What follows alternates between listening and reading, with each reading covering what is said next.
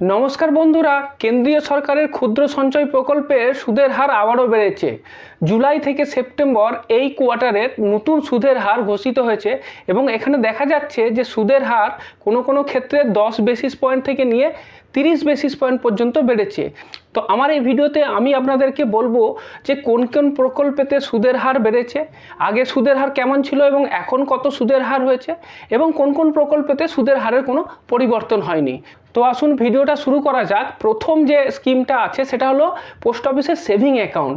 তো পোস্ট অফিসের সেভিং অ্যাকাউন্টেতে আগে সুদের হার ছিল 4% এবং বর্তমান সময়তেও সুদের হার আছে 4%। সুতরাং এই স্কিমেতে কিন্তু সুদের হারে কোনো পরিবর্তন হয়নি।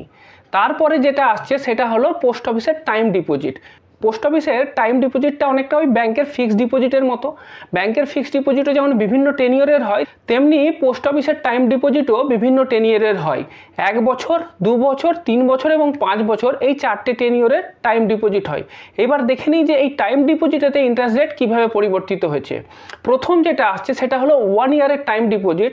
এপ্রিল থেকে জুন এই কোয়ার্টারেতে 1 বছরের টাইম ডিপোজিটে সুদের হার ছিল 6.8%, কিন্তু জুলাই থেকে সেপ্টেম্বর এই কোয়ার্টারে সুদের হার 10 বেসিস পয়েন্ট বেড়ে গেল এবং এখন সুদের হার হলো 6.9%। এরপরে আসছে পোস্ট অফিসের 2 বছরের টাইম ডিপোজিট। 2 বছরের টাইম ডিপোজিটের ক্ষেত্রে আগের কোয়ার্টারে সুদের হার ছিল 6.9%, কিন্তু বর্তমান সময়ে 10 বেসিস পয়েন্ট বেড়ে এই কোয়ার্টারেতে এর সুদের হার হলো 7%। এরপরে আসছে আপনার 3 বছরের টাইম ডিপোজিট। 3 বছরের টাইম ডিপোজিটের ক্ষেত্রে কিন্তু সুদের হারে কোনো পরিবর্তন হয়নি, অর্থাৎ আগেও সুদের হার ছিল 7%, এখনও সুদের হার থাকবে 7%। এরপরে আসছে পোস্ট অফিসের 5 বছরের টাইম ডিপোজিট। 5 বছরের টাইম ডিপোজিটের ক্ষেত্রে আগে সুদের হার ছিল 7.5% এবং এই কোয়ার্টারেতেও কিন্তু সুদের হার 7.5%ই থাকলো, অর্থাৎ এক্ষেত্রে সুদের হার কিন্তু অপরিবর্তিত থাকছে। এরপরে যে ইনভেস্টমেন্ট অপশানটা আসছে সেটা হলো পোস্ট অফিসের রেকারিং ডিপোজিট। তো রেকারিং ডিপোজিটে কি হয়, আপনি প্রতি মাসে অল্প অল্প পরিমাণ টাকা জমা করতে পারেন এবং এই জমাটা ম্যাচুরিটির শেষে আপনি এককালীন পুরো টাকাটা পেয়ে যাবেন। তো পোস্ট অফিসের রেকারিং ডিপোজিটের টেনিওরটা হচ্ছে 5 বছরের। এইখানে কিন্তু সুদের হারের একটা বড় পরিবর্তন হয়েছে, কারণ আগের কোয়ার্টারে অর্থাৎ এপ্রিল থেকে জুন এই কোয়ার্টারেতে পোস্ট অফিস রেকারিং ডিপোজিটের সুদের হার ছিল 6.2%, এখন এখানে 30 বেসিস পয়েন্ট বেড়ে গেছে এবং বর্তমান সময়তে পোস্ট অফিসের যে রেকারিং ডিপোজিট তার সুদের হার হচ্ছে 6.5%। এরপরে যে স্কিমটা আসছে সেটা হলো পোস্ট অফিসের সিনিয়র সিটিজেন সেভিং স্কিম। এটা খুব জনপ্রিয় একটা ইনভেস্টমেন্ট স্কিম। এই স্কিম সিনিয়র সিটিজেনদের জন্য। এখানে আপনি এককালীন টাকা জমা রাখতে পারেন এবং তারপর সেই জমা টাকা থেকে কোয়ার্টারলি ইন্টারেস্ট পেতে পারবেন। এবং এই স্কিমের যে ইন্টারেস্ট রেট সেটা পোস্ট অফিসের যতগুলো স্কিম আছে সবথেকে বেশি এই স্কিমেতে ইন্টারেস্ট পাওয়া যায়। এপ্রিল থেকে জুন এই কোয়ার্টারে এই স্কিমের ইন্টারেস্ট রেট বেড়ে গিয়ে হয়েছিল 8.2% এবং দেখা যাচ্ছে যে এই কোয়ার্টারে অর্থাৎ জুলাই থেকে সেপ্টেম্বর এই কোয়ার্টারে কিন্তু সুদের হারে কোনো আর পরিবর্তন হচ্ছে না, অর্থাৎ সুদের হার বাড়ছেও না বা কমছেও না, একই থাকছে 8.2%। সুতরাং আপনি যদি আপনার জমা টাকার উপর ভালো ইন্টারেস্ট পেতে চান তাহলে কিন্তু আপনি এই স্কিমের কথা ভাবতে পারেন, কারণ এই স্কিমের যে সুদের হার সেটা খুব ভালো। ব্যাংকেও এত ভালো ইন্টারেস্ট দেয় না, এটা হচ্ছে 8.2%। এবং সবথেকে বড় কথা হচ্ছে যে এই ইন্টারেস্টটা কিন্তু 5 বছরের জন্য লক হয়ে গেল, অর্থাৎ এই কোয়ার্টারেতেও যদি আপনি 8.2% ইন্টারেস্ট হারে এই স্কিমে টাকা জমা করে দেন তাহলে কিন্তু এই 5 বছরের জন্য আপনার ইন্টারেস্টটা ফিক্সড থাকবে। এরপরে আরেকটা ইনভেস্টমেন্ট স্কিম আছে যেটাও খুব পপুলার। এই স্কিমটা জেনারেল পাবলিকের জন্য, যেমন সিনিয়র সিটিজেন স্কিমটা সিনিয়র সিটিজেনদের জন্য, অর্থাৎ আপনার বয়স যদি 60 বছরের উপরে হয় তবেই আপনি ইনভেস্ট করতে পারবেন। ধরুন আপনার বয়স 60 বছরের কম, অথচ আপনি একটা ফিক্সড রিটার্ন ইনস্ট্রুমেন্ট খুঁজছেন যেখানে আপনার প্রতি মাসেতে একটা নির্দিষ্ট পরিমাণ টাকা আপনি পেতে পারবেন আপনার জমা টাকা থেকে। তো সেক্ষেত্রে যে অপশানটা আপনার জন্য থাকছে সেটা হলো পোস্ট অফিসের মান্থলি ইনকাম স্কিম।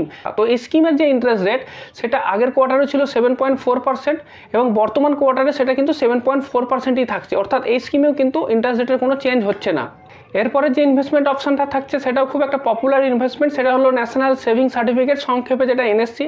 তো এনএসসির ক্ষেত্রে 5 বছরের 10 ইয়ার হয়। তো এই স্কিমেতে আগের কোয়ার্টারে ইন্টারেস্ট রেট ছিল 7.7% এবং বর্তমান কোয়ার্টারেতেও কিন্তু এই রেট একই থাকছে, অর্থাৎ 7.7%ই অপরিবর্তিত থাকছে।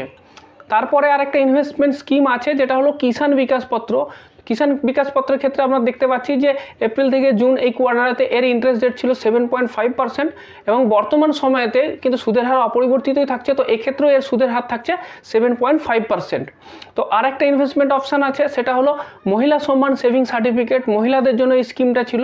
তো এই স্কিমের যে ইন্টারেস্ট রেট সেটাও অপরিবর্তিত থাকছে, অর্থাৎ এপ্রিল থেকে জুন এই কোয়ার্টারেতেও ছিল 7.5% এবং বর্তমানে জুলাই থেকে সেপ্টেম্বর এই কোয়ার্টারেতেও এই স্কিমের ইন্টারেস্ট রেট 7.5%ই থাকবে। এরপরে আসছে দুটো লং টার্ম ইনভেস্টমেন্ট অপশান। একটা হলো পিপিএফ। অনেকেই আশা করেছিলেন যে এই স্কিমে হয়তো ইন্টারেস্ট রেট বাড়বে, কিন্তু দুর্ভাগ্যবশত এই স্কিমে এবারও ইন্টারেস্ট রেটের কোনো পরিবর্তন হয়নি। অর্থাৎ এক্ষেত্রে আপনার ওই যে কোয়ার্টারলি ইন্টারেস্ট একই থেকে যাচ্ছে। আগের কোয়ার্টারেও 7.1% ছিল, নতুন কোয়ার্টারেও এটা 7.1%ই থাকছে। আর আরেকটা ইনভেস্টমেন্ট অপশান, সেটা হলো সুকন্যা সমৃদ্ধি যোজনা। বাড়িতে শিশু কন্যা থাকলে এই স্কিমে ইনভেস্ট করা যায়। এই স্কিমের ক্ষেত্রে দেখা যাচ্ছে যে এপ্রিল থেকে জুন এই কোয়ার্টারেতে এর ইন্টারেস্ট রেট ছিল 8%। বর্তমান সময়তে জুলাই থেকে সেপ্টেম্বর এই যে কোয়ার্টার থাকছে, এই কোয়ার্টারের জন্য যে রেটটা ফিক্সড হয়ে আছে সেটাও হলো 8%। অর্থাৎ এই স্কিমের ক্ষেত্রেও কিন্তু ইন্টারেস্ট রেটের কোনো পরিবর্তন হয়নি। পরিশেষে বলি যে এই যে ইন্টারেস্ট রেটগুলো, এই ইন্টারেস্ট রেটগুলো কিন্তু কোয়ার্টারলি চেঞ্জ হয় স্মল স্কেল সেভিংস স্কিমের ক্ষেত্রে।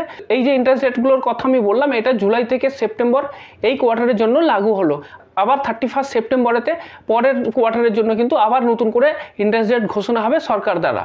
এইবার এই পোস্ট অফিসের যে ইনভেস্টমেন্ট অপশানগুলো আছে, এই ইনভেস্টমেন্ট অপশানগুলো কিন্তু সবগুলোই ট্যাক্স ফ্রি না।